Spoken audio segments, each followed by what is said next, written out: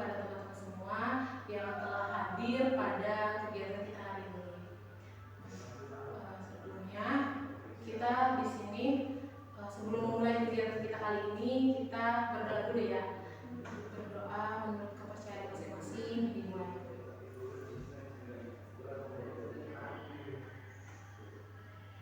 Doa selesai. Sebelumnya kita di sini perkenalan dulu ya sebelum mulai kegiatan supaya enak kita kenal. Jadi kita perkenalan dulu. Tapi perkenalannya kita sambil games gitu loh. Nah, nanti saya perkenalan nyebutin nama sama makanan kesukaan. Nanti dilanjut sama yang di sebelah kanan nyebutin nama sama makanan kesukaan. Tapi sambil nyebutin nama saya juga sambil nama saya dan juga makanan kesukaan saya. Nanti dilanjut sampai akhir. Akhir juga harus tahu nama sama kesukaan. Pokoknya ulang ya. Ulang. Nanti di akhir diikutin semua. Nanti saya ulangi lagi. Tapi biar enak perkenalannya pakai nama panggilan ya. Perkenalkan, nama saya Herina Melani. Saya biasanya dipanggil Rina. Makanan kesukaan saya yaitu bakso. Herina Melani, makanan kesukaan bakso. Vicky Mutafikia, Vicky, makanan kesukaannya ayam. Rina bakso, Vicky ayam, Jamila seblak. Dari iya. Apa dari sini dulu? Rina bakso, ayam, Vicky ayam, Jamila seblak, Indah bakso. Rina bakso, Vicky ayam, Jamila seblak, Indah bakso, JJ nastar. Rina bakso, Vicky ayam, Jamila seblak, Indah bakso, JJ nasi padang, Najwa bakso. Rina bakso, Vicky ayam, Jamila seblak, Indah bakso, JJ nasi padang, bawa bakso, Debbie Indomie. Debbie Indomie. Rina bakso, Vicky ayam, Jamila seblak, Indah bakso, JJ nastar, Awa bakso, Debbie Indomie, Jija Dari saya berarti Rina bakso, Vicky ayam, Jamila seblak, Indah bakso, JJ bakso, nasi padang, Awa bakso, Debbie Indomie, Jija itu burger. Udah pernah kan? Nah, Vicky, Jamila, Indah, JJ, Wawa, Debbie sama Jija.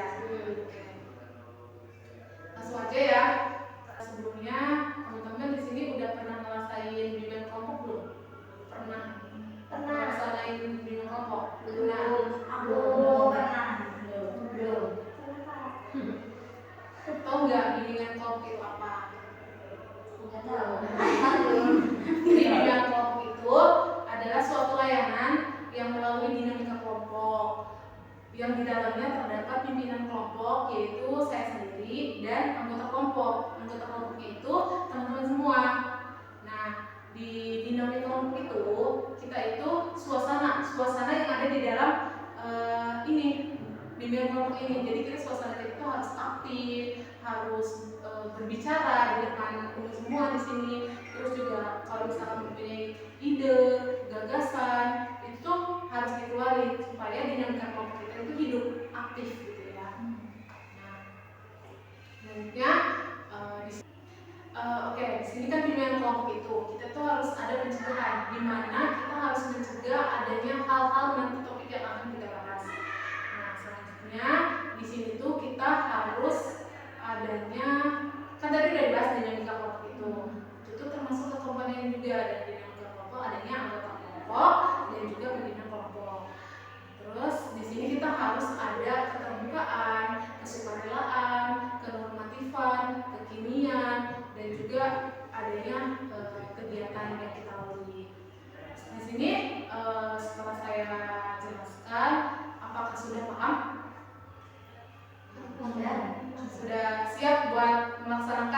bimbingan kelompok? Bisa boleh. Kita dimulai aja ya untuk melaksanakan bimbingan kelompok ini. Nah di sini tuh ada di bimbingan kelompok itu ada 2 topik. Topiknya itu ada topik tugas dan topik bebas. Nah di sini kita akan membahas topik tugas. Di mana topik tugas itu yang akan diberikan oleh saya sebagai pimpinan kelompok. Nah nanti kita bahas nih topik yang telah saya berikan, yaitu nanti kita bahas bareng-bareng di sini.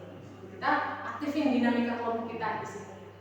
Nah, jadi topik tugasnya itu kita akan membahas tentang pelecehan seksual.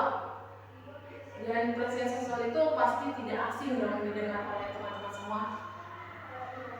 Sebelumnya di sini ada yang berpendapat gak sih? Pelecehan seksual itu apa sih? Bentar. Izin berpendapat. Oke, sok. Menurut saya pelecehan seksual itu tindakan yang tidak disukai oleh kita sebagai korban, baik itu secara verbal maupun non verbal. Dan itu bisa dilakukan oleh laki-laki maupun perempuan, tidak hanya laki-laki saja. Menambahkan ya, ini kelompok benar yang dikatakan oleh Kak Jamila, pelecehan seksual itu bisa dilakukan oleh perempuan maupun laki-laki. Terus yang tidak jauh sekarang yang sedang viral itu ada yang terkena pelecehan seksual, yaitu dari masih sekolah SMP dan korbannya itu laki-laki. Jadi yang kita tahu kan pelecehan seksual itu biasanya kan korbannya itu perempuan ya, yang dilakukan oleh laki-laki. Tapi yang saya dengar sekarang juga ternyata pelecehan seksual juga ada loh korbannya yang laki-laki. Itu sih. Jadi pelecehan seksual itu bisa didatangkan oleh perempuan maupun laki-laki. Nah, yang lain berpendapat saja. Gimana tuh pelecehan seksual menurut saja? Menurut saya pelecehan seksual itu suatu apa sih yang perbuatan yang merugikan bagi korban kita. Jadi apa menurut Debbie itu pelecehan seksual tuh? Kalau misalkan apa sih gitu pelecehan seksual atau misalkan apa yang terjadi itu gimana gitu sama Debbie? Pelecehan seksual tuh terjadi itu kayak Izin menambahkan ya. Tapi yang saya dengar juga pelecehan seksual itu terjadi karena ada yang disengaja, bukan disengaja sih, karena adanya hubungan antara si korban dan si pelaku ini. Misal ada dua cewek, satu cewek satu cowok itu pacaran. Nah, ketika si cowoknya melakukan hal yang lebih ke si pacar ini, yang ceweknya kayak ceweknya tuh berpikir direcehin gitu tuh. Ini suatu pelecehan seksual gitu kan, tidak sopan gitu. Tapi di satu sisi mereka kondisinya sedang berpacaran gitu. Sedangkan pacaran itu kan dua orang yang saling mencintai, dan kenapa gitu tuh kayak saling mencintai, saling kenal, tapi ketika si cowok yang melakukan pelecehan seksual itu si korban ini kayak menyalahkan si cowoknya gitu. Sedangkan si ceweknya juga ya kayak pelecehan seksual itu gimana ya, kayak resiko gak sih kalau pacaran tuh pasti ke situ bawaannya, kayak ya udah pegang-pegang gitu kan, mencium gitu sih. Tapi itu termasuk pelecehan seksual. Kalau misalkan Si ceweknya cewek merasa itu korban. merasa korban. Wah gimana kalau pelecehan seksual? menurut lo pelecehan seksual itu tindakan asusila ya, yang akibatnya kan bakal fatal buat diri kita sendiri, buat si korban itu mentalnya pasti bakal rusak. Jadi penanganannya itu harus intens, bukan hanya dari keluarga, bukan dari rangkuman orang-orang terdekat, tapi dari pemerintah juga. Gimana menurut Cece? Kalau pelecehan seksual itu apa tuh? Kalau pelecehan seksual itu perilaku yang tidak normal ya, maksudnya yang merugikan siapapun korban gitu. Menurut Indah gimana? Menurut aku sendiri sih kalau pelecehan seksual itu tuh emang ya korban nggak cuma cewek, tapi cowok juga. Dengan kasus yang kemarin itu Mungkin dari segi pelakunya ya, mungkin itu juga bisa jadi pembulian, cuman pembulian yang ibarat terlalu yang berlebihan. berlebihan gitu, sehingga bisa jadi korban itu merasa tidak nyaman nih. Saya menambahkan juga tadi disampaikan sama Indah. Jadi emang kalau yang disebut bullying atau itu kayak masuk catcalling ya, masuk catcalling. Jadi kayak cuman kalau istilahnya kita lagi jalan, cewek-cewek suka di kit-kit gitu ya, gitu itu juga termasuk pelecehan seksual ya, catcalling. Itu apa namanya, paling normatifnya gitu. Jadi orang-orang tuh menormalisasi hal tersebut, padahal itu enggak banget, harusnya enggak dilakuin walaupun laki-laki atau perempuan. Tapi mau nanya nih ya, kenapa nih di zaman sekarang tuh masih ada banyak banget gitu yang berperilaku pelecehan seksual itu, terutama untuk laki-laki. Kebanyakan kan laki-laki yang pelecehan seksual. Iya, itu faktornya kenapa gitu? Ingat tahu sih dari teman-teman semua. Yang mau jawab dulu? Izin masuk ya. Jadi kalau menurut aku kenapa hal itu bisa terjadi? Karena tadi sudah dinormalisasi, kayak paling tadi kan. Jadi orang tuh udah nganggapnya hal biasa, ya udah biasa aja. Padahal kan, karena kita risih banget. Saya pribadi suka risih. Walaupun kayak cuma kikil gitu kayak, ih, padahal dia suka kayak, ada salah pakaian aku gitu. Emang ada salah pakaian Udah rapi. Iya, maksudnya ada karena sudah dinormalisasi faktornya. Terus yang kedua juga pakaian dari kita juga harus diperhatikan, karena kita juga tidak bisa menyalahkan dari laki-lakinya, karena kan yang banyak korban ini perempuan ya. Kita nggak bisa nyalahin laki-laki, karena memang mata laki-laki itu terciptanya emang syahwatnya memang gitu. Jadi kita juga harus bisa menjaga aurat kita, gitu, kehormatan kita. Itu sih kurang lebih. Ada yang mau berpendapat lagi nggak? Mau berpendapat? Ayo, Indah. Tapi kadang ya kalau misalnya banyak juga ya kita sebagai seorang perempuan emang udah tapi kadang emang laki-laki aja gitu. Iya nih, ngomongnya tadi dari Kak Jamila. Kak Jamila kan tadi bilang biasanya yang korban pelecehan seksual itu yang pakaiannya terbuka ya. Tapi ada tuh, saya lihat di media sosial satu museum yang korban pelecehan seksual sampai mati gitu. Nah itu tuh pakaiannya tuh dipajang gitu. Nah dilihat dari pakaian, kayak museum pakaiannya korban seksual. Kayak gitu, itu tuh pakaiannya nggak pakaian seksi-seksi gitu, pakaian tertutup. Jadi pakaian kita tuh bukan salah satu faktor akan terjadinya pelecehan seksual gitu. Bisa jadi karena emang perilaku si ceweknya yang membuat si cowok ini ingin melakukan pelecehan seksual. Jadi bukan kayak karena pakaian saja gitu. Itu tuh pakaiannya kayak pakaian yang tertutup, kayak muslimah gitu loh, kayak gamis gitu. Jadi karena tingkah laku juga ya, karena kita yang gitu tuh jadi mudah show gitu nggak sih? Iya. Kalau menurut saya pakaian yang terbuka tuh bukan, iya sih faktornya itu kan yang paling salah satunya, tapi bukan, iya ada faktor lain. Tapi menyinggung dari tadi pendapat bahwa pemerintah juga harus berperan aktif ya masalah ini, setuju banget sih. Karena kalau tidak ada tindakan hukum masalah kayak gini, catcalling atau kalau catcalling ya, itu sering terjadi banget gitu. Dan ini dianggap tabu sama masyarakat, dianggap biasa aja, bercandaan. Ini harus ada ini dari tindakan dari pemerintah sih. Berarti kalau tidak ada pemerintah apa yang bisa menangani tentang pelecehan seksual ini? Maksudnya di bidang apa dia tuh? Kayak Pemerintah, keamanan misalnya. yang tertera di undang-undang asal urat kan? Iya, polisi juga berperan sih ya. Karena terkait karena masyarakat hukum ya. Soalnya kan biasanya yang di berita-berita tuh yang terkena pelecehan seksual yang menanganinya itu yang pertama kan polisi ya. Iya, pasti boleh. Jadi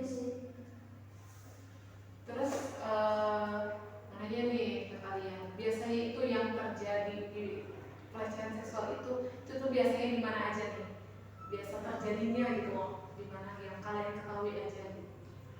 Banyak sih di dunia pendidikan sih masuk ya, di dunia pendidikan, di jalan, di pasar, bahkan menurut laporan pun saya pernah baca.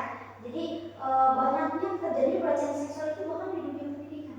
Itu sih yang lebih miris. Kenapa di dunia pendidikan? Padahal dunia pendidikan ini kan tugasnya untuk mendidik agar tidak terjadi hal tersebut. Itu kenapa malah sebaliknya? Gimana pendapat kamu? Nah, kenapa itu pelecehan seksual itu bisa terjadi gitu di dunia pendidikan, padahal ya itu pendidik gitu loh, berdidiknya kita gitu buat belajar di situ. Kenapa itu bisa terjadi di dunia pendidikan? Mungkin karena lingkungan dari sekolah, bisa siswa guru atau satu guru itu yang ibarat ada di sekolah itu mungkin kurang ada keamanannya gitu sebagai, apalagi seorang guru yang harus mendidik anak atau di sekolah itu mungkin kurang ada itunya, peraturan dia mungkin. Terus kita juga kurang melihat gitu situasi yang ada di dalam sekolah itu gitu. Mungkin ada juga banyak guru yang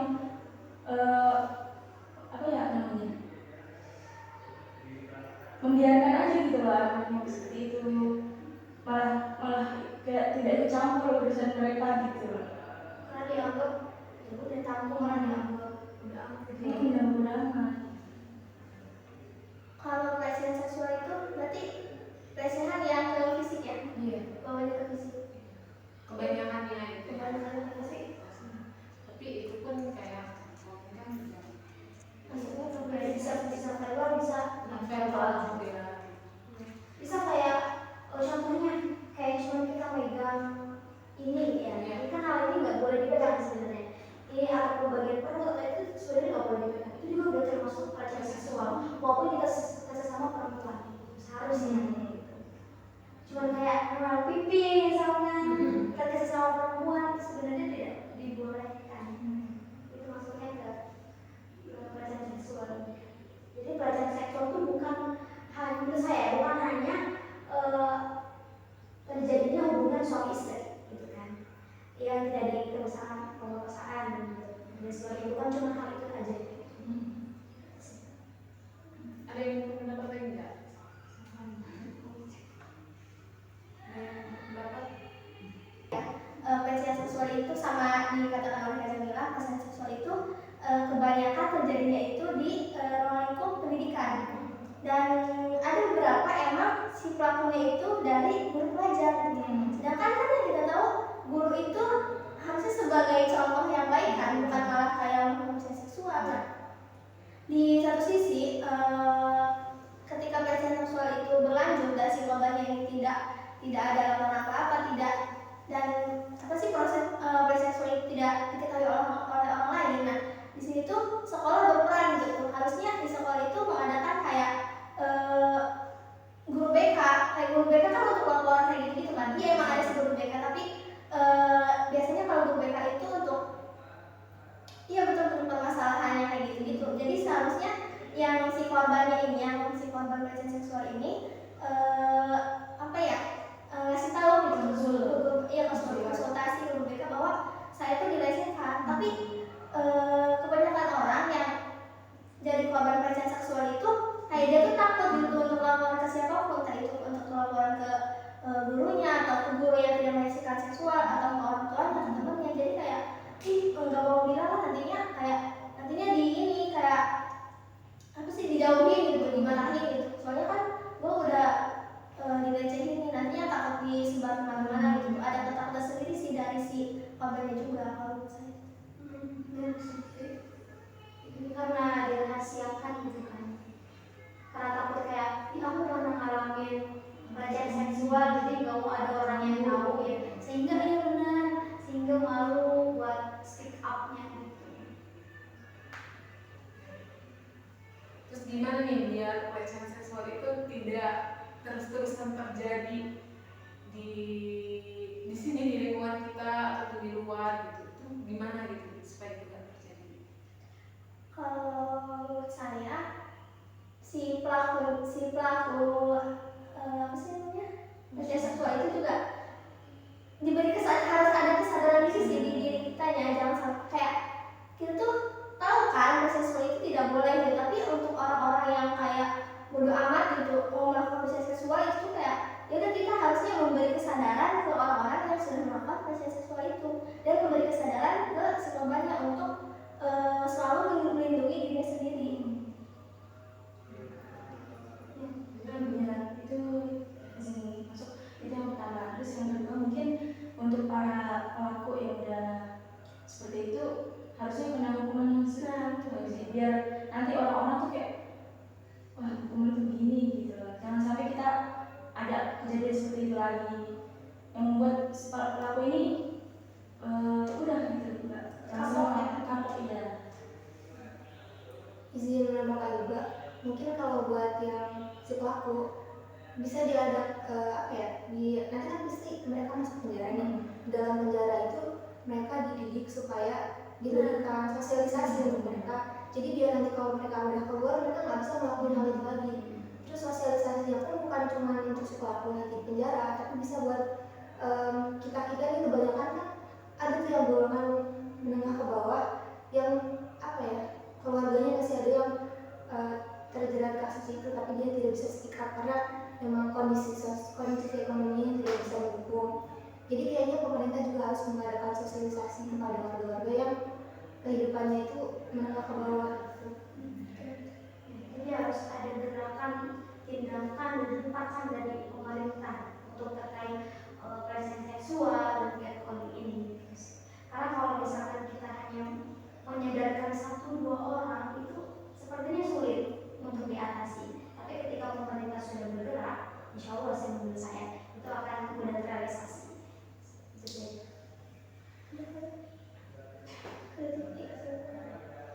Jadi sangat miris banget ya pelecehan seksual di sini tuh ya. Jadi kayak harus ada yang dirubah gitu loh dari pelecehan seksual itu, dari orang-orangnya gitu loh, supaya pelecehan seksual itu tidak dianggap hanya bercandaan lah gitu loh. Bagi catcalling yang itu udah termasuk pelecehan seksual tapi masih dianggap hal biasa.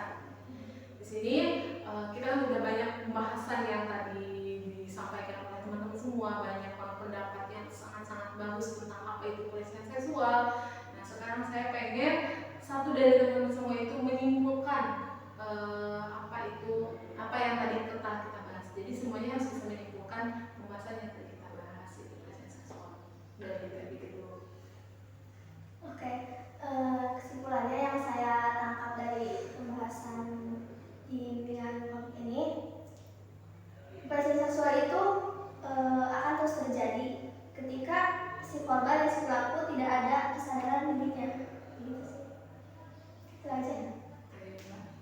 Menurut aku pelecehan seksual ini akan mudah terrealisasi apabila dari pemerintah maupun pemerintah.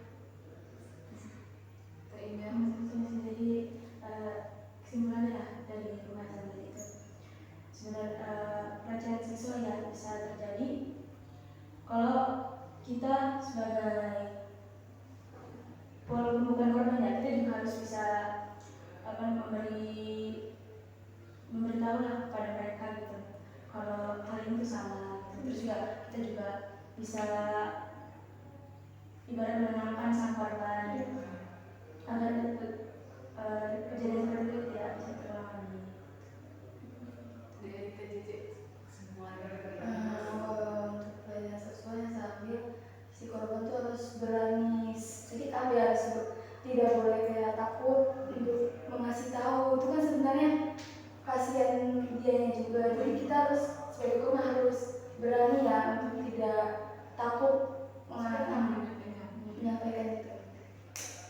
Kalau dari yang saya lihat tadi tentang pelecehan seksual ini kan masalahnya serius ya, dampaknya pun buruk banget buat si korbannya itu. Jadi harus ada gebrakan, bukan hanya dari diri kita sendiri tapi dari orang-orang yang harus bisa merangkul si korban, juga dari pemerintah. Kesimpulan yang saya dapatkan, pelecehan seksual itu kayak miris banget kan di lingkungan kita. Jadi diri kita terutama kita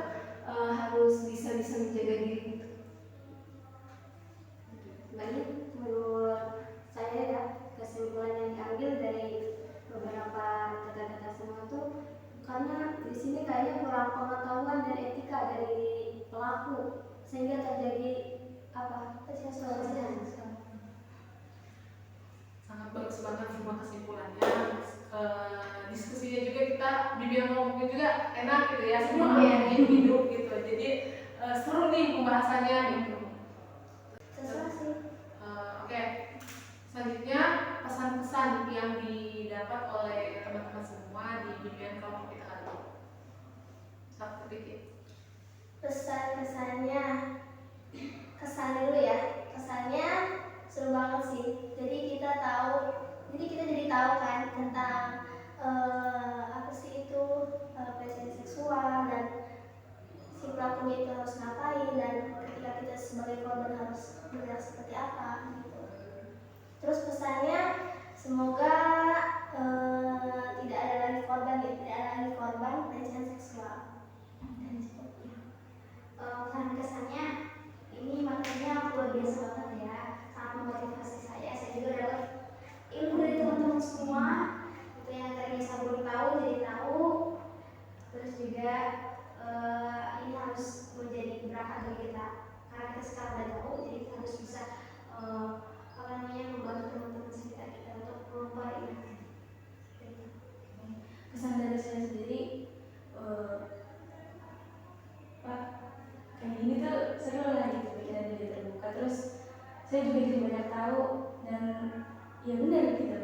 Kalau harus banyak ngomong-ngomong kayak gini tentang mungkin yang lain bisa ada pelecehan seksual, mungkin politik juga bisa gitu kan ya. Kira saya juga jadi terbuka gitu kan. Terus misalnya semoga makin banyak lah perkumpulan seperti ini lagi gitu, membahas tentang ini. Amin. Biar membuka pikiran-pikiran Tidak. kita terus yang lainnya juga. Kalau kesan saya sih, tadinya saya sangat ingin banget ya tentang pelecehan seksual ini, tapi karena ada perkumpulan seperti ini saya jadi tahu gitu dari semua pendapat yang ada di sini. Ya semoga makin banyak ya yang perkumpulan seperti ini. Kesannya dari saya, kesannya tuh seru banget bisa tukar pikiran di sini gitu. Walaupun pembahasannya berat, tapi kalau kita melakukan dengan cara kayak gini tuh pembahasannya jadi ringan gitu, jadi enak buat bisa iya jadi enjoy banget. Terus kesannya mungkin kita bisa ngobrol lagi ya, tentang hal-hal yang mungkin terjadi di kehidupan kita gitu dengan cara perkumpulan seperti ini. Kesan saya seru, emang seru banget ya. Terus kayak ada sedih-sedihnya bener, kayak banyak gitu ya ternyata. Pesan saya sebaiknya kita banyak-banyak jaga diri dari hal-hal yang kayak gitu supaya terhindar gitu. Jadi kesan dan pesan dari saya itu kesan yang dapat saya ambil tuh seru banget ya, bisa sharing-sharing dengan kata-kata ini. Masya Allah gitu, dapat ketemu lah gitu ya, masalahnya nggak tahu nih kenapa menjaga diri kita gimana. Alhamdulillah bisa tahu gitu di forum ini gitu. Nah kesannya itu kita sebagai perempuan harus lebih hati-hati lagi gitu. Ya, pesan-pesannya sangat seru, terus sangat bagus semua. Semoga kita bisa bertemu di bimbingan kelompok selanjutnya. Nanti kita membuat kontrak apakah mau melaksanakan bimbingan kelompok itu mau kapan? Mau akan minggu depan atau bulan depan? Bulan depan yang lagi. Minggu depan. Gimana yang lain? Ya, ada di depan aja. Makasih ya atas waktunya bimbingan kelompok ini. Sangat seru, terus kita juga bisa terbuka ide, pikiran, gagasan yang telah dikeluarkan oleh teman-teman semua. Saya sebagai pimpinan kelompok juga sangat-sangat berterima kasih. Mohon maaf atas segala kekurangan dan hal yang tidak enak didengar. Kita sebelum salam, kita berdoa dulu untuk percaya masing-masing. Berdoa selesai. Terima kasih. Saya sebagai pimpinan kelompok mengucapkan terima kasih. Wassalamualaikum warahmatullahi wabarakatuh.